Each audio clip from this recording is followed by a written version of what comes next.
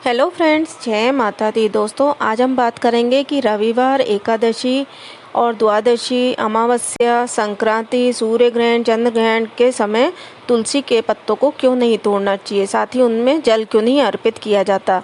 इसके साथ साथ हम ये भी बात करेंगे कि ओम शब्द का वास्तु से क्या संबंध है। दोस्तों, अपनी चर्चा आगे बढ़ाते हैं। तो दोस्तों, विष्णु पुराण में तुलसी के महत्व की व्याख्या की गई है। यही वजह है कि लगभग हर भारतीय के घर में तुलसी का पौधा जरूर लगाया जाता है। लेकिन क्या आप जानते हैं कि तुलसी पूजा में कौन कौन से नियमों का पालन करना बहुत ज़रूरी है। दोस्तों, मान्यता है कि तुलसी माँ एकादशी का व्रत रखती हैं, इसलिए उन्हें तोड़कर परेशान नहीं किया जाता। और इसी कारण से यह भी माना जाता है कि एकादशी के दिन पत्ते तोड़ने से घर में गरीबी का वास रहता है। दोस्तों, ठीक उसी प्रकार रविवार को तुलसी का पत्ता तोड़ने की भी मनाही होती है। रविवार जो होता है विष्णु जी का प्रिय वार है। ऐसे में माँ लक्ष्मी के रूप तुलसी को तोड़ना उनका अपमान करने जैसा माना जाता है। दोस्तों, कहा जाता है कि विष्णु जी की भक्त होने की वजह से रविवार को तुलसी जी उनकी भक्ति में लीन रहती हैं और उनकी तपस्या भंग ना हो, इसीलिए रविवार के दिन भी तुलसी में जल नहीं चढ़ाया जाता है।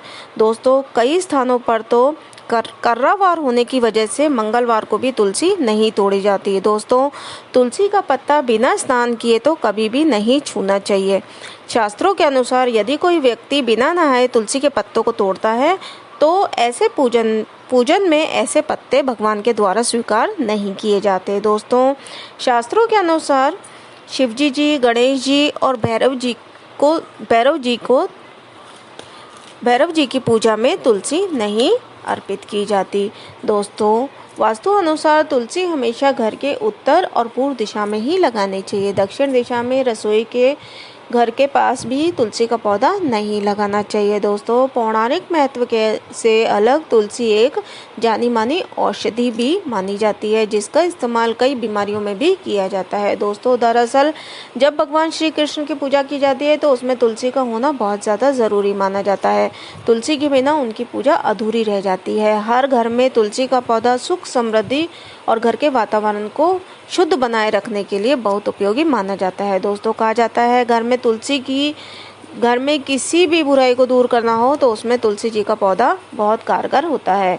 हमारे ऊपर जो भी संकट आने से पहले तुलसी हमारी सारी विपदाएं अपने ऊपर ले लेती हैं। इसलिए भारतीय संस्कृति में तुलसी घर घर में लगाई जाती है। भारतीय परंपरा के अनुसार गुरुवार के दिन तुलसी का पौधा लगाना बहुत सर्वोत्तम माना जाता है। ये बहुत फलदायक होता है।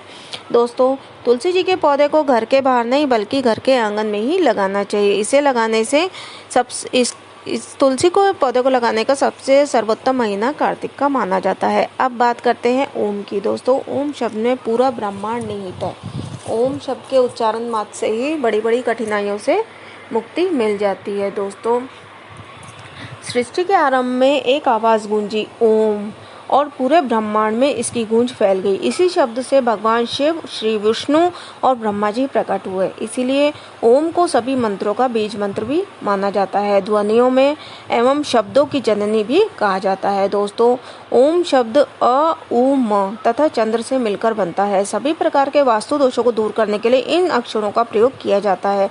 जैसे कि जिनके घरों में उत्तर दिशा में कोई वास्तु दोष है तो उन्हें उत्तर दिशा में ओम लिखकर दीवार पर चिपकाने से उस दिशा का दोष समाप्त हो जाता है। ऐसे में दक्षिण दिशा में दोष होने पर म लगाने से, पूर्व दिशा में चंद्र बिंदु लगाने से और पश्चिम दिशा में ओम लिखकर दिशाओं के दोष को दूर किया जा सकता है। साथ ही दोस्तों, घर के मध्य में यानी कि ब्रह्म स्थल में अगर घंटी लगाई जाती है तो उससे भी वास्तु दोषों का समाधान हो जाता है। दोस्तों, ओम शब्द के नियमित उच्चारण मात्र से ही शरीर में मौजूद आत्मा जागृत हो जाती है और रोगों से और तनाव से मुक्ति मिल जाती है। इसीलिए हमारे सभी धर्म गुरु ओम का जप करने की सलाह देते हैं। दोस्तों, घर के मुख्य द्वार के दोनों तरफ लाल सिंदूर से स्वास्तिक बनाएं और मुख्य द्वार के ऊपर एकदम बीचों बीच ओम लिखें। इससे घर में सभी प्रकार के दोषों से मुक्ति मिलती है। दोस्तों, आजकल मार्केट में तो अलग अलग डिज़ाइनर्स ओम मिलते हैं, वो भी आप घर लाकर उनको पूजन करके अभिमंत्रित करके लगवा सकते हैं। इससे हमारे जीवन में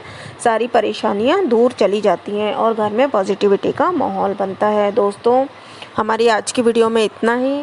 हम आपसे प्रार्थना करते हैं आप घर पर ही रहें, स्वस्थ रहें, मस्त रहें और हमारे चैनल को लाइक शेयर सब्सक्राइब करना ना भूलें। जय माता।